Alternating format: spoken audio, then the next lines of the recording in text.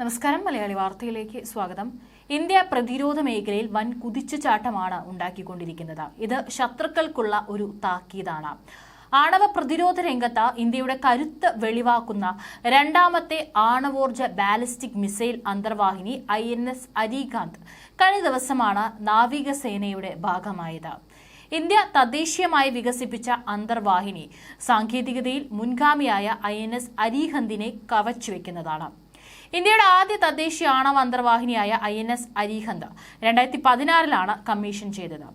6000 ton ഭാരമുള്ള INS അരികാന്ത് മാസങ്ങളോളം വെള്ളത്തിനടിയിൽ തുടരാൻ കഴിയുന്ന രീതിയിലാണ് രൂപകൽപ്പന ചെയ്തത്.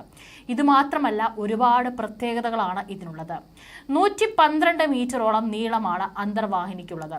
വിശാഖപട്ടണത്തെ കപ്പൽ നിർമ്മാണ കേന്ദ്രത്തിൽ അതീവ രഹസ്യമായിട്ടായിരുന്നു ഈ ഒരു അരികാന്തിന്റെ നിർമ്മാണം തന്നെ പൂർത്തിയാക്കിയത്. INS അരികാന്തിന് 4 വിക്ഷേപണ ട്യൂബുകളാണുള്ളത്. 12K-15 സാഗരിക അന്തർവാഹിനി ബാലിസ്റ്റിക് മിസൈലുകൾ വരെ വഹിക്കാൻ അരികാന്തിന് കഴിയും. ഇതിന് 750 കിലോമീറ്റർ ദൂരപരിധിയുണ്ട്.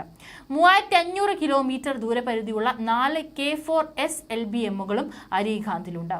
നൂതന സാങ്കേതിക വിദ്യയും എഞ്ചിനീയറിംഗ് രീതികളും ഉപയോഗിച്ചാണ് അരികാന്ത് രൂപകൽപ്പന ചെയ്തിരിക്കുന്നത്.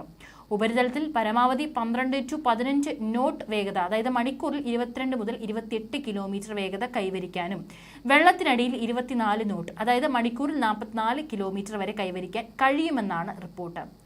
ശത്രുക്കളെ സംഹരിക്കുന്നവൻ എന്നർത്ഥമുള്ള സംസ്കൃത പദത്തിൽ നിന്നാണ് അരികാന്ത് എന്ന അന്തർവാഹിനിക്ക് പേര് നൽകിയിരിക്കുന്നത്. INS അരികാന്ത് ഇന്ത്യയുടെ ആണവ പ്രതിരോധം വർദ്ധിപ്പിക്കുമെന്നും മേഖലയിൽ സന്തുലിതാവസ്ഥയും സമാധാനവും സ്ഥാപിക്കാൻ സഹായിക്കുമെന്നാണ് കമ്മീഷനിംഗ് വേളയിൽ പ്രതിരോധ മന്ത്രി രാജ്നാഥ് സിംഗ് പറഞ്ഞിരിക്കുന്നത്. ഇന്ത്യക്ക് മുന്നിൽ ചൈന ഉയർത്തുന്ന കടന്നുകയറ്റ വെല്ലുവിളിയിൽ അരികാന്ത് വഴി പ്രതിരോധം തീർക്കാനാകുമെന്നാണ് ഈ രംഗത്തെ വിദഗ്ധ അഭിപ്രായം. അതേസമയം സേനയുടെ മുങ്ങിക്കപ്പലുകൾക്ക് കൂടുതൽ കരുത്ത് നൽകുന്നതിൽ സർക്കാർ ശ്രദ്ധ കേന്ദ്രീകരിക്കുകയും അതിനായി ഒന്നിലധികം പരിപാടികൾക്ക് അംഗീകാരം നൽകുകയും ചെയ്തിട്ടുണ്ട്. ഇന്ത്യൻ നാവികസേനയുടെ ദീർഘകാല അന്തർവാഹിനി പദ്ധതി 2014 ശേഷം 18 പരമ്പരാഗതവും 6 ആണവ ആക്രമണ അന്തർവാഹിനികളുമായി പരിഷ്കരിച്ചു. 6 സ്കോർപിൻ ക്ലാസ് ബോട്ടുകളുള്ള പ്രൊജക്ട് 75-ൽ 3 ബോട്ടുകൾ കൂടി ഉൾപ്പെടുത്തി പദ്ധതി വിപുലീകരിച്ചു. കൂടാതെ സമ്പൂർണ്ണ ഇന്ത്യൻ രൂപകൽപ്പനയും നിർമ്മാണവുമുള്ള 6 പരമ്പരാഗത അന്തർവാഹിനികൾ നിർമ്മിക്കാനുള്ള നെക്സ്റ്റ് ജെൻ പ്രൊജക്ടും 76 കേന്ദ്രം സജീവമാക്കിയിട്ടുണ്ട്. പ്രതിരോധ മന്ത്രാലയത്തിന്റെ 100 ദിവസത്തെ അജണ്ടയിലാണ് പ്രസ്തുത പദ്ധതികൾ ഉൾപ്പെടുത്തിയിരിക്കുന്നത്. ഭാവിയിലേക്കുള്ള പദ്ധതി DRDOയും നാവികസേനയും ഒരുമിച്ച് പൂർത്തീകരിക്കും. പ്രൊജക്ട് 75 കഴിഞ്ഞ് കുറച്ച് വർഷങ്ങളായി തന്നെ നിർമ്മാണത്തിലുണ്ട്. കർശനമായ മാനദണ്ഡങ്ങൾ അടക്കമുള്ള കാരണങ്ങളാലാണ് പല അന്താരാഷ്ട്ര നിർമ്മാണ കമ്പനികൾക്കും ഇത് ഏറ്റെടുക്കാൻ കഴിയാതെ വന്നിരിക്കുന്നത്.